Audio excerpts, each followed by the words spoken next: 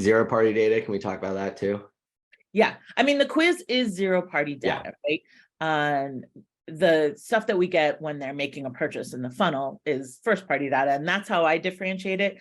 I think some people agree with me and some people are like, oh, they're the same thing. But that's how I differentiate it with anything that they're just very willingly giving to you in a like conversational format, a survey, a quiz, a feedback form is zero party. And then things that you're kind of capturing within a sale is first party. So you heard it there. We're talking zero and first party data today on the Conversion Show. And really, where are we today?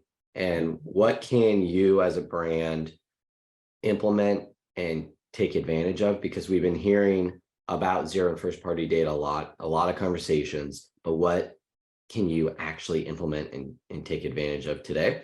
So we have our expert here, Rita Zahir, and let's jump into it. So obviously welcome.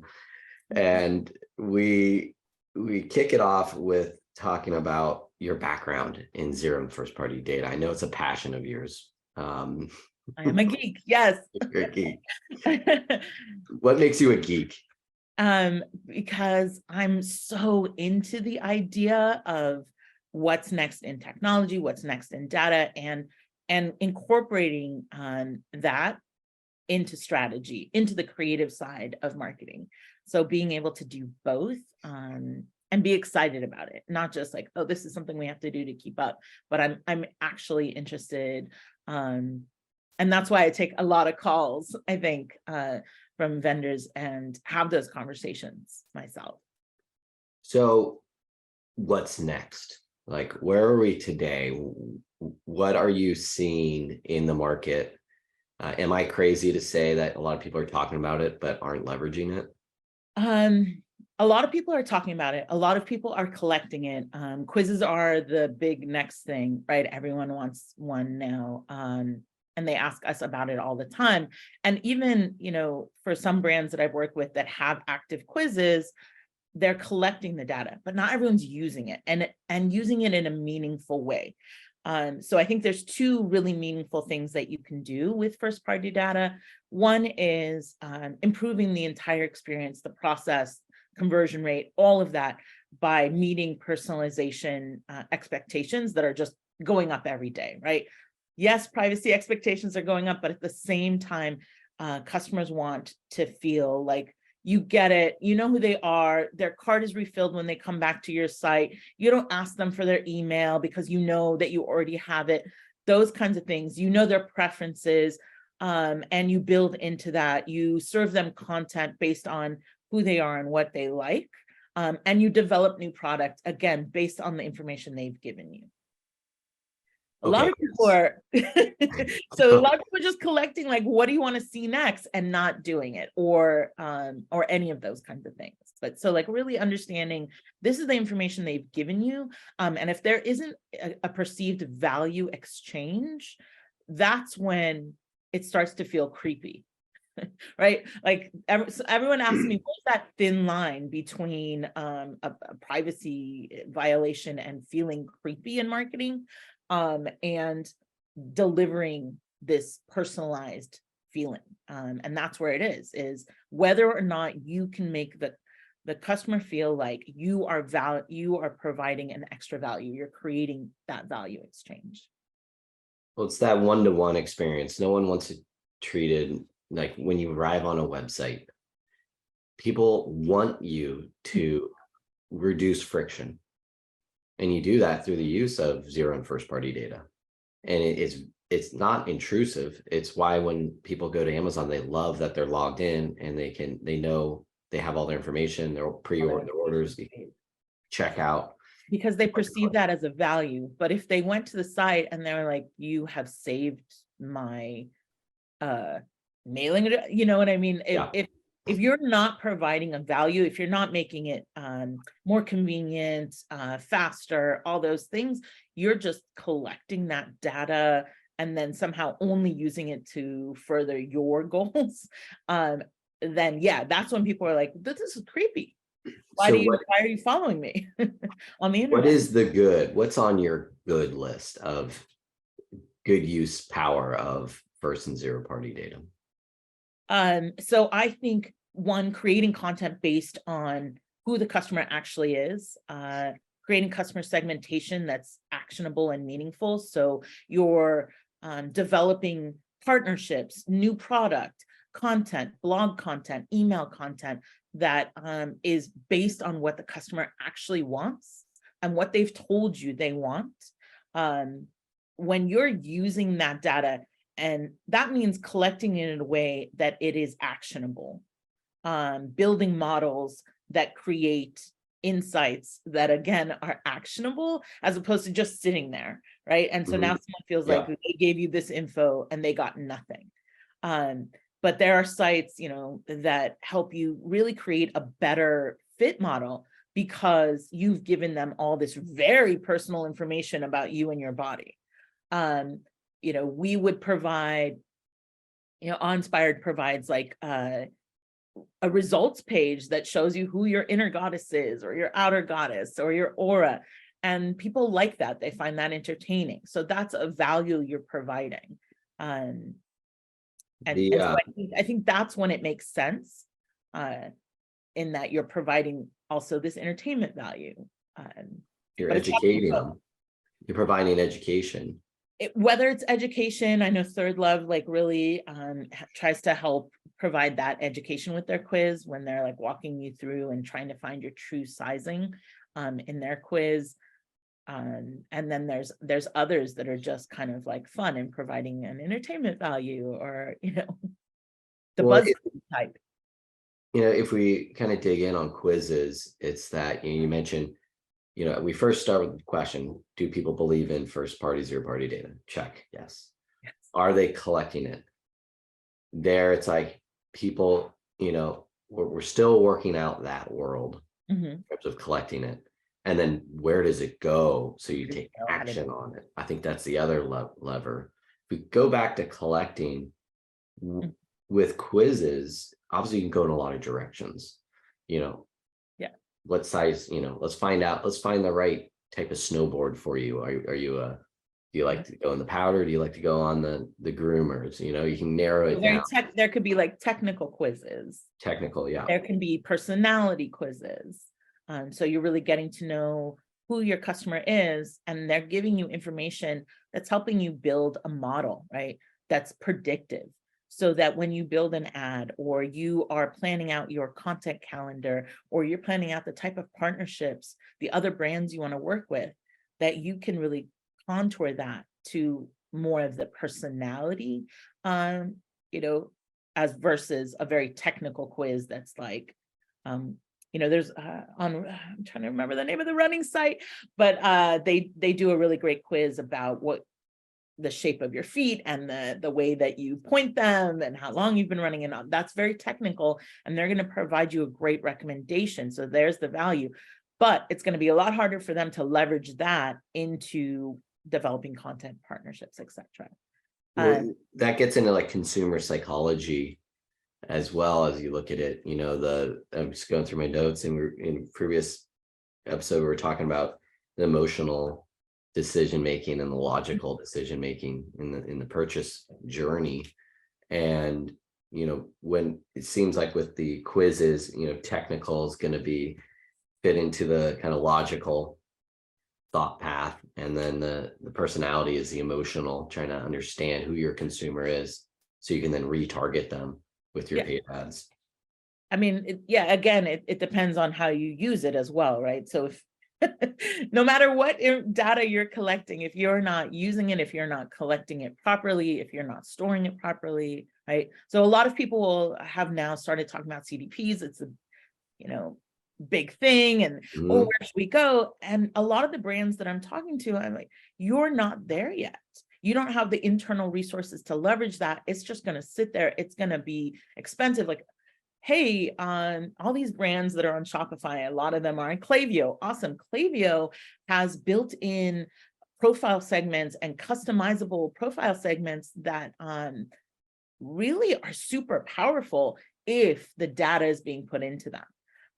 you know, start where you are, especially for those scrappy brands that are really trying to test into those bigger programs. And don't have a person that can be a dedicated BI person internally on your team. And it's just something that like one person is, or two people are doing part-time, right? So building programs that, again, are right-sized to your organization will, one, save you money, but two, be more easy to use and get used.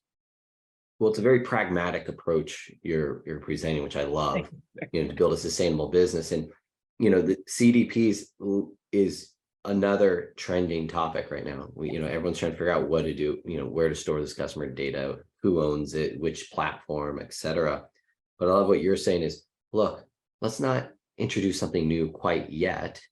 There's a solution for For this. some of these guys. Yeah, some of them. Yeah. You know, and the profile segments in Klaviyo 100%. And that's what, when you're doing lead capture, you can push to those profiles segments. And just really, even the predictive analysis that you could build in Klaviyo is really powerful. But again, it's like you have to put good stuff in to get good stuff out. And that's where like a lot of startups are not even capturing things like what was the original source medium that drove this email sign up. Now you have this really profitable email customer and you don't know where they came from. And that's a very easy thing to capture in Klaviyo. But it's not going to automatically do it. You gotta really like build out those segments. The other thing is, by chance weren't down at, you didn't go to the Klaviyo event in LA, did you? Like a month ago, 2 months ago? the LA, we were there, and it was a great event, but they were, Klaviyo was talking about their big focus and push right now is to become the CDP. And they are investing heavily in technology partnerships like Justuno to start piping in as much visitor data as possible so they can be that hub. Yeah, I feel like I had a lot of, I mean, we across time have worked with Klaviyo for a long time. And so at these bigger events, I've had a lot of meetings with Klaviyo to say like how they're pushing into that. And what are the steps that people can take right now before all of that is developed? Like they have a lot of powerful tools built into their platform that you're already paying for. So getting their customers to use that. But then also identifying, like you said, what partnerships they need to develop and what internal tools they need to develop. And, you know, they're always asking me like, what would it take for you to push to get us to be your SMS provider, for example, right? And for me, again, there is technology out there that's doing such a powerful job of ID resolution. So yeah, it's great that you have all this information on your customer. Yeah, it's great that you have personalized, segmented messaging and funnels, and that's awesome. But how are you delivering that if you can't identify customers on your site? Only 10 to 15% of them ever sign up. Cookies are deprecated on every channel. Like, so having that piece in place, and that's something that I've been talking about for way before the iOS changes, right? Is going beyond the cookie, is working with technology partners that are helping you do that piece. So, you know, the retention.coms of the world, Wonderkin, formerly BounceX, some of our favorites that really do that piece well. And that the Klaviyos and the Attentives and the Postscript guys haven't started doing yet, haven't built that piece out yet. So well, we like to think we're this industry of e-com has been here forever, but it's still in its early stages. And it evolves so quickly that sometimes when I meet people, because I have a ton of, I don't even want to say how long I've been, right? But let's say it's over a decade. And then I talk about, yeah, I have over a decade of experience. Okay, cool. What were you doing 10 years ago that makes a lot of sense now, right? Nothing. just the general context of how things evolve, the understanding of how things work together, some of the kind of intuition of what could be something based on seeing Facebook go from a platform that absolutely drove no revenue to a platform that drove like 80% of a lot of companies' revenue for a long time. Yeah. Like seeing that transition and saying, okay, that could happen here, here, and here. So that's the only thing that having that much experience does in a field that's changing so fast that 15 years ago, what I was doing doesn't matter, right? And, you know. Well, in that regard, when you think about what actually is still true today and is true in all retail, it's the customer service, it's the customer experience. And if you look at what Tony Hsieh at Zappos focused on, if you look at what, Jeff Bezos 15, 20 years ago at Zappos, Amazon, what he was focused on, it's all about the customer and the customer experience. And as you alluded to earlier, zero and first party data is how we can create a customer experience that people expect to have today. Yes. 10 years ago, people didn't expect, when we introduced pop-ups 12, 13 years ago, it's like, they're vastly different than they are today, but where they are today, they're actually quite different in another year because of what we're able to bring in with that personalized experience. And they're going to be evolving even more now, right? With everyone's talking about generative AI, and what does that mean for personalized experiences and really being able to predict what a customer is going to want, and the type of conversations they're going to want to have. And so I'm really interested in that on my geeky side, but saying like with a grain of salt is that it's not there yet, right? Some of the predictive AI stuff is doing amazing things, but. Well, we look at the foundational elements that we still need to cover. People said, yes, this is important. They're starting to capture the data, but how we take actionable items on it is we're still learning. Yeah, we're in the test and learn.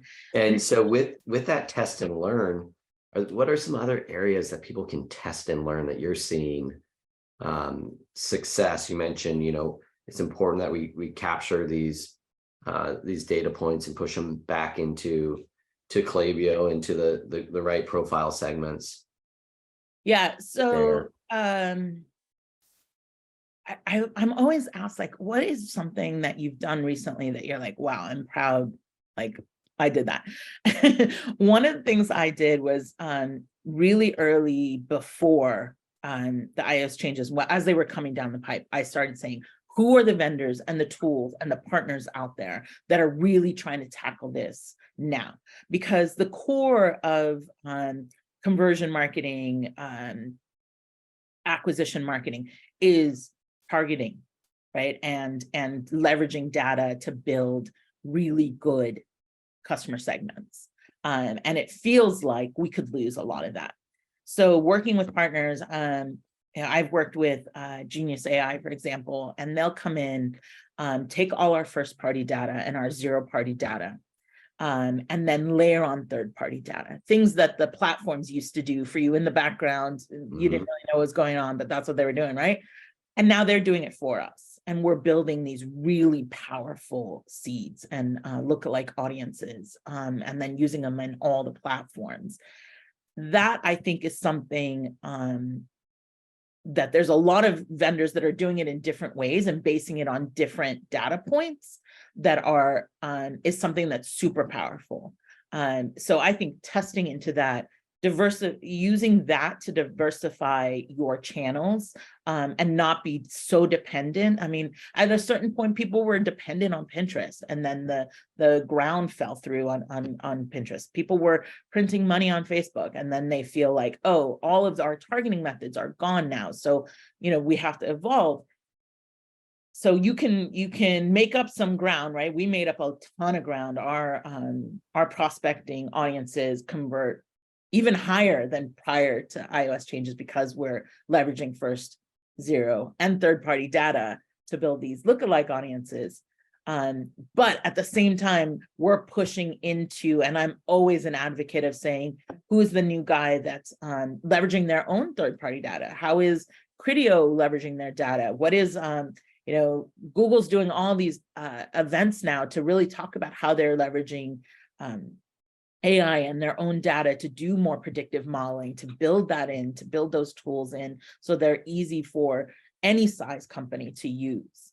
Well, as we look at customer acquisition costs, you mentioned lookalike audiences and, the general ROAS conversation, if you're capturing that first party data on site, you can pump that back into your paid campaigns for suppression lists, et cetera. Yeah, absolutely. And I mean, you've always been able to do exclusions and like all of those things. But if you, and to retarget those people if they haven't converted, right? And all of that. And I think that's still a viable option. But I think the idea of prospecting a very targeted audience is the thing that people are missing, right? The ones that are saying, oh, it doesn't work anymore. The reason it's not working is because you don't have the same ability. And Facebook will tell you, like, just let the machine learning like figure it out, do the broadest audience possible. Everything is broad, everything in one thing, like, and that's good for them, right? And over time it will learn and it'll optimize and like you'll get to a place. But if from the beginning you're creating much better seeds that are targeted, and not just targeted at customers, but your most valuable customers and people that look like them and behave like them, and the model predicts that they will have the same LTV, that's powerful. So by collecting more zero party data, your customers that have paid, have converted to a sale, if you're collecting more zero party data along the pathway, you then can have more to analyze. So you as a digital, you build a better model. Yeah, you can build a better model. It'll be more predictive. I mean, I have seen audiences that we built from these seeds perform better than things that were prior even to iOS. What do you call it there? A seed? Yeah. So in Facebook Meta, you upload these, you create a seed and it builds an audience, right? It grows. It builds an audience and it grows, right? And so that's what we do, is we're using the data to build a model to say this is who the person is. And of course, those audiences are more expensive, but with their conversion rate being so much higher, the ROAS is still significantly higher. Even in Google Analytics, our last click attribution, the conversion rate is higher because the targets are so much more succinct. And that's something that's scalable and profitable, as opposed to kind of just we're going to buy our way into it. We're going to throw as much creative, and creative testing is important, but know what you're testing and document what you're learning to iterate based on that, as opposed to, we did this, now we're going to do this completely different thing, or we're going to do that, or we're going to keep testing the same thing. I don't know. And not know, and not get to a place where we understand whether it was successful or what was successful. With your seed, I like to, in any website, 99.9% of websites, and I'm having this discussion with different people, we feel could be optimized further. In one, probably 100%. Yeah, probably the ones I've seen. Yeah. And so in any business, there's low hanging fruit. Like literally, I'm sure if you go in and with different clients, just that immediate, I mean, like, oh my God. I get so excited. I'm like, oh yeah, it's an orchard. Exactly. You don't have to build these complex strategies for clients. Oftentimes it's, let's start here. Let's get a few seeds from low hanging fruit and let's go plant them in Facebook. With that in mind, with these seeds, I'm going to put you on the spot here, but what are some other further examples, or not maybe examples, but if I'm a digital marketer and I'm thinking, okay, where should I like, where should I start? What should they be looking for? Do they look at their sales analytics? Do they look at, I think that analytics are obviously the first place that you look at when you're doing an audit of an organization and understanding what's been successful and what hasn't. But also, for me, a lot of times when I see smaller companies or companies that have been running so fast, they've kind of been using what they have at their disposal, as opposed to thinking, what can I build that's going to A, scale and like be self-sufficient kind of. So one of the things that you can build is true customer segmentation. A lot of companies sort of make up some very intuitive feeling customer segmentation. This is Sally. She likes these products because, and maybe they have some very minimal information from her that they know, like where she lives in the country or whatever, but they don't know if any of those aspects of her are truly predictive. So when I talk to companies, the first thing I say is, even if you've only been around for a year or two, you probably have enough customers to understand who your customers are, and build customer segmentation that's actionable, right? It doesn't matter to me if something is not predictive, if where she lives is not predictive, it just happens to be that we've had more penetration on the West Coast because we're headquartered on the West Coast, right? So like that's not predictive, and that shouldn't really go into the segments. But things like what channel did they come in on what time of year was there, like things, and it's going to be different for each brand likely, but that really influence their behavior or are able to predict. And then you can build meaningful LTVs by segment. And eventually you can start to say, okay, we're prioritizing these customer segments. Not only do we want to have really targeted advertising and messaging where we're targeting only the people who are in our customer segments, but we're going to say this A segment is our highest LTV. And if we have to break up our budget, we're going to do weighted CPAs or whatever towards this. So I think that's the first thing people can do, is build true, meaningful customer segmentation that's actionable. I think that speaks true to one of my beliefs when you start talking with customers. It's like, okay, well, who's coming to your website? Right. So that's the basic question. Mhm. What is your percentage of unknown new visitors to repeat visitors? And then those repeat visitors, how many of them are still have not purchased or are customers? If you break into those three, right there, oftentimes that's a first step.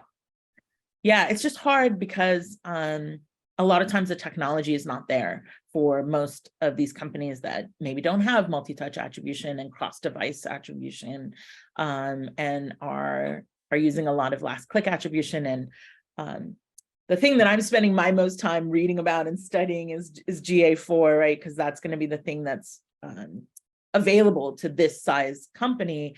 And how is that going to influence cross-device and multi-channel and those kinds of things, and really understanding multi-touch attribution, whatever, how we're getting closer to that. So I think that's the piece too, is people are dependent on less than stellar sources of their data now, but because that's where they are in their journey. It doesn't make sense ROI wise to go and get a huge, really expensive multi-touch attribution tool just yet. If we talk about where the customer is, mobile first is, it's unbelievable what we're seeing. The shift is I mean, crazy. Yeah. I mean, we all knew it was going to happen. It's been talked about for many years, but when you look at sites that 70% of their traffic is on mobile, and even our own person, Yeah. Almost all the experiences. sites, all the sites I manage are, the brands that I'm talking to, like they are at a minimum 70%. Minimum 70. I mean, that right there is a whole nother episode. What trends are you seeing there? Like, how are people, like, how you sit down, like, our minds are around desktop. Now you're gonna have to like complete shift to mobile, not just with you, but with leadership in the company too, and focus and priority. How do you approach that? So I feel like a lot of people have already made that shift, maybe because personally they've shifted their habits, and that's what it took to understand that well, that's how I shop now, and I finally feel safe, right? And a lot of the things did come into place that would help that process. So the save payment methods, shop pay, for example, and all those guys, like everybody has that now, those shortcuts that make it faster. Yeah. And then, a lot of companies are spending the time and resources to finally improve their mobile experience. The other thing is that the marketplaces, the social marketplaces are advancing so quickly. So the meta shops, where that mobile experience is usually 2 to 3 times at least faster, and easier because all your information is saved, than going from an Instagram ad to your actual website, your mobile website. And so I've seen people implement that and see conversion rates skyrocket immediately without even doing much work there. So understanding, how your customers want to shop, and then prioritizing, because there's a million things you could do to make the mobile experience better. But like once you understand what they want to do. The other thing is I've always been, and it's probably because at some point I really focused on mobile apps. I led marketing for emerging in mobile at Symantec for their Norton customer stuff, right? So this is a long time ago, and I was really like, this is it. But the mobile experience is improving so fast on apps that it's starting to make sense a lot earlier in the lifespan of a brand to launch their own app than it used to in the past. The other thing that's speeding that up is all these companies that are really helping you build apps by flipping a switch in Shopify, right? So TapCart's a big one in your neighborhood. Yeah, we use TapCart. We launched an app with them, and I'm encouraging another brand right now. We're in the process of considering it, but the amount of work they do, the resources they provide, it makes it so easy and affordable to test into that it's almost like, why wouldn't you? Mm-hmm.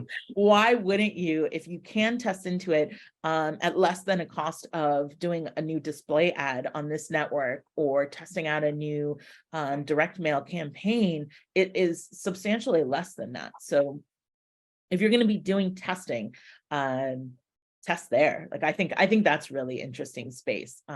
It's just that people, with a mentality of like, I don't want to have that many mobile apps. It's like, that's great. That's you.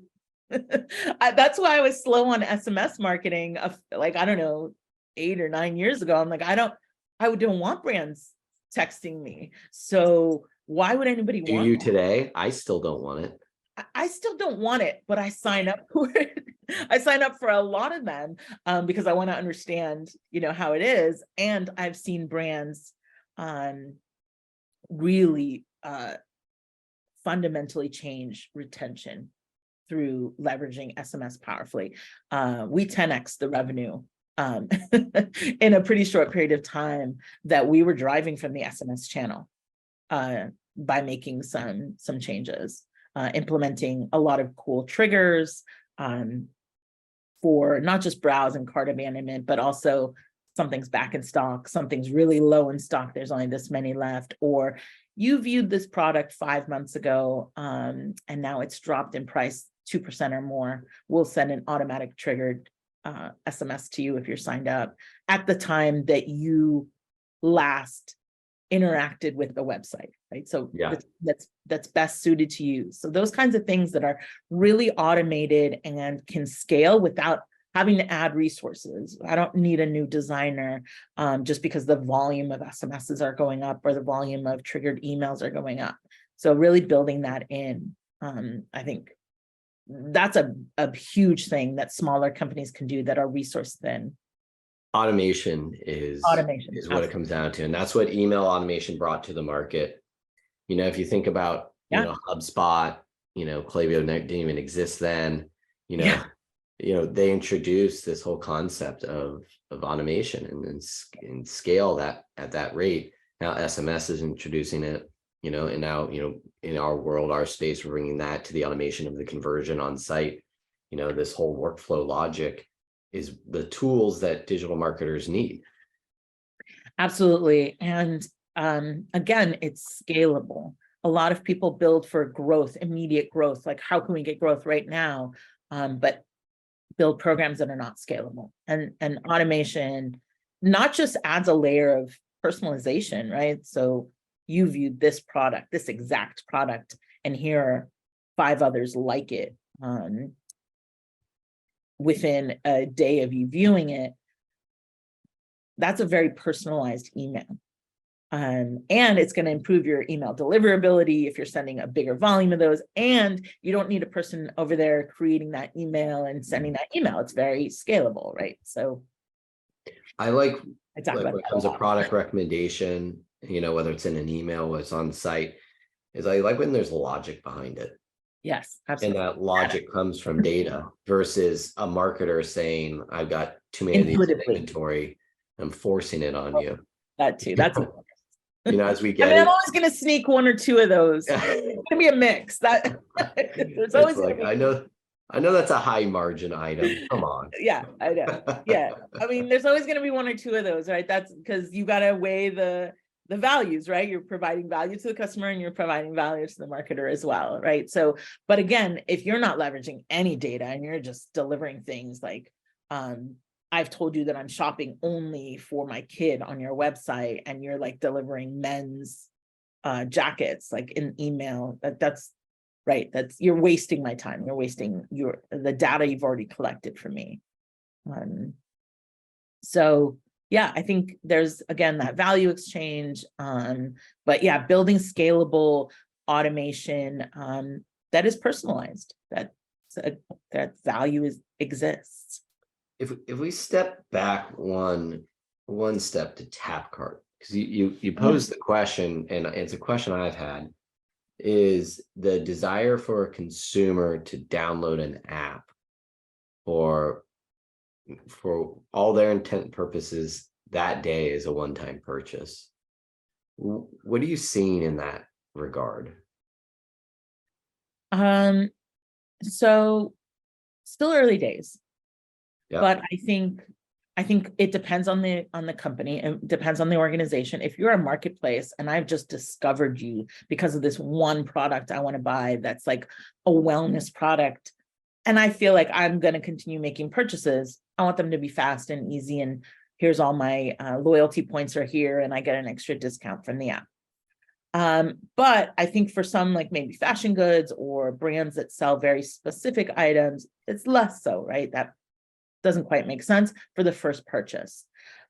But go ahead, sorry. Yeah, sorry. But I think if you are working towards increasing things like 90-day repurchase rate, if that's an important metric to you that you're working towards, then from that first purchase, then segueing into conversations about why the app is so powerful and more than just a place to make purchases, but interact with content. And here you already have loyalty points from your very first purchase. They exist here in the app. They're super easy to use here, those kinds of things. Again, it's not going to be every. Yeah, right? No, but it's along the lines of what you're saying. Sorry, it's along the lines of what you're saying with SMS like 10 years ago, like I never want this. You know, we're still early, and you know, it may be so easy to download and, you know, on our phones that, and the benefits, to me, it seems like there's benefits to the customer experience, whether it's if you want to track your order, if you want to deal with returns, if you want to chat with their support team. It seems like if you could do it all within their app, it would be reason enough to download. But even things that are basic to websites, like a lot of websites don't recognize who you are, so they won't refill your cart cross browser or device. And an app, they know exactly who you are. They're going to deliver the exact recommendations and based on your behavior, and your cart is always going to save your cart. That's whatever. It's also usually a lot faster than your mobile site. Yeah. I mean, it's very rare to have a mobile site that's as fast as a mobile app. We do a lot of co-marketing with great relationship with Tapcart crew. Oh, cool. I need to recircle back around because just even what you're saying right now, I mean, there's so many benefits along with getting back to first party, third party data. Yeah. And seeing like what is the ROI there in terms of improvements to repurchase rate, retention rate, and then acquisition rate, actually, because even for current customers, if they're coming back through a Google ad, right, you're still paying for them. Unless you're excluding them, which I don't believe in, but like, yeah.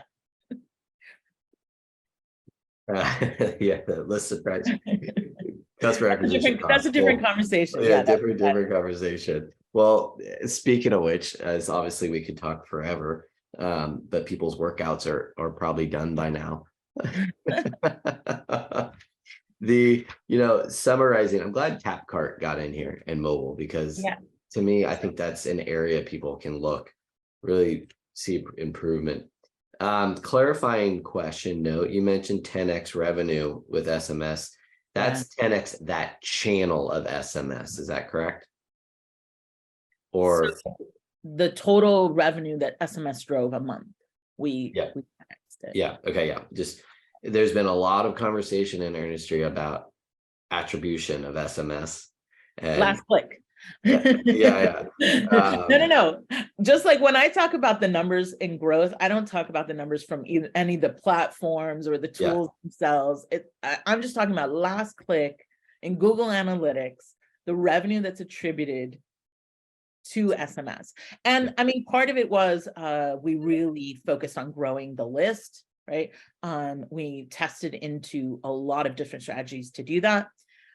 We increased the volume of campaigns that we ran, the frequency that we were running, like actual marketing campaigns. But at the end of the day, the very biggest thing that affected SMS growth was the triggered programs. Even the welcome trigger started to really get optimized and convert at a really high rate.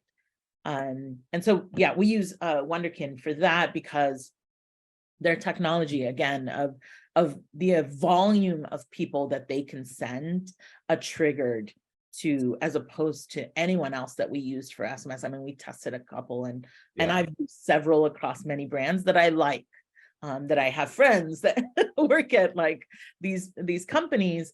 But the ability to say, you viewed this product 5 months ago or 6 months ago, didn't buy, and now it's back in stock, and send a triggered and send it at the exact time that you viewed it. Like, there isn't really anything else that can do that when that person is not logged in, they're not on your mobile app, they're not same session cookied, like it's been 5 or 6 months. So that kind of stuff, the browse abandonment, the cart abandonment, the price change stuff, and only sending it to people who haven't made a purchase, right? Because a lot of people are like, okay, anytime we have a price change or a sale, we email the whole list. It's like, well, that's great. You're going to really teach your current customer base that that when they buy something, it could easily go down in price. But if someone is on the fence and you're only emailing them about the one product they viewed, that's super powerful.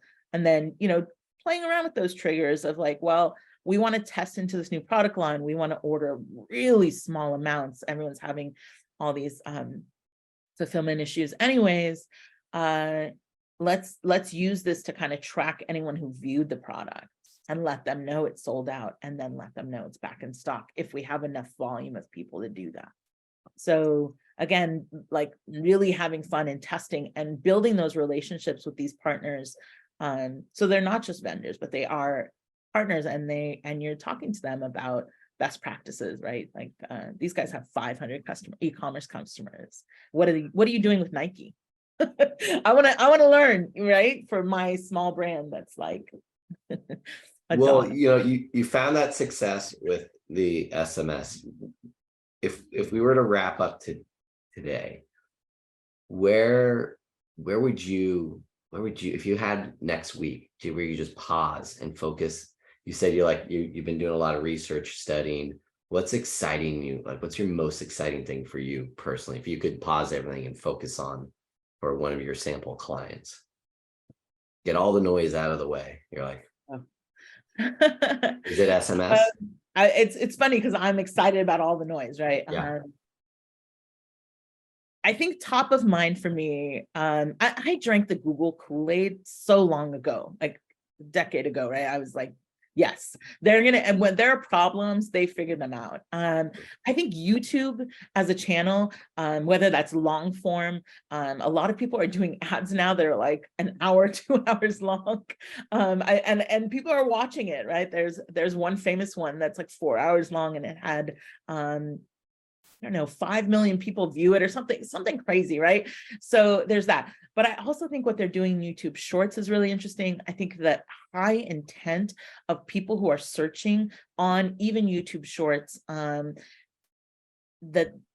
is super powerful. If I could just spend some like dedicated blackout time on like the new AI tools that have been developed within Google and YouTube, on leveraging data. And again, on the side, I'm like teaching myself GA4 as fast as possible. And hopefully everybody already has that set up and implemented and tracking. No, you are so onto something here. I'm laughing right now because I have YouTube on my TV. I have YouTube Premium, so I don't have to watch ads. And it knows me, so it suggested halibut fishing. And the thing about halibut fishing is that you really need live bait to catch halibut here in the bay or outside of it. And there was a video for a lure for halibut, a lure being not fresh live bait. Yeah, And I the way that watched the they're video. building ads into the programming is super interesting to me. And it's because at the end of the day, like these other programs, platforms evolved into marketing platforms. Google starts as a marketing platform. It understands what marketers want, what marketers need. It develops into the tools so quickly. We're still waiting for targeting tools in TikTok, right? As we're like pushing it there. And people are doing it, they don't even realize it because they're passionate about it. I mean, these were some fishermen. I literally rewinded it because in the beginning they said, hey, here's our lure. It was like sea bass or something. It was something. And I got the URL. I was on my couch, opened up my phone, and I went to the URL, and guess what? It said, we're currently setting up our website. You can buy it from us on eBay. So I went to the eBay store, and they're in Europe, and I was like, never mind. But had that been set up properly, I would have ordered that lure right there. Yeah, I think there's something really powerful and interesting happening there. So if I was gonna like put my chips somewhere, Okay, I back you on it. Good, great, yeah. No, Okay. and then I have a 9-year-old son, and so his big thing used to be TikTok, and it whatever still is, I guess, but YouTube Shorts. He is spending a lot of time when he's allowed to on YouTube Shorts, and it got me to transition and to try to like get in there and test and understand and like just see how are they changing the content. They aren't, I agree with you. It's like, oh, they're ripping off so and so, but they're kind of cleaner shorts in a sense, but they need to update them more often because they have the same ones showing for months at a time. I think, but obviously, I think you're right. There's something going on there, and you heard it first here. Yeah. With And just Rita the tools Zahir. that they're giving you to create content inside the platform and create optimized content based on machine learning. Like, that is very interesting. Again, because they're building it from a marketer's perspective, as opposed to like an entertainment platform or a social media platform, whatever it is.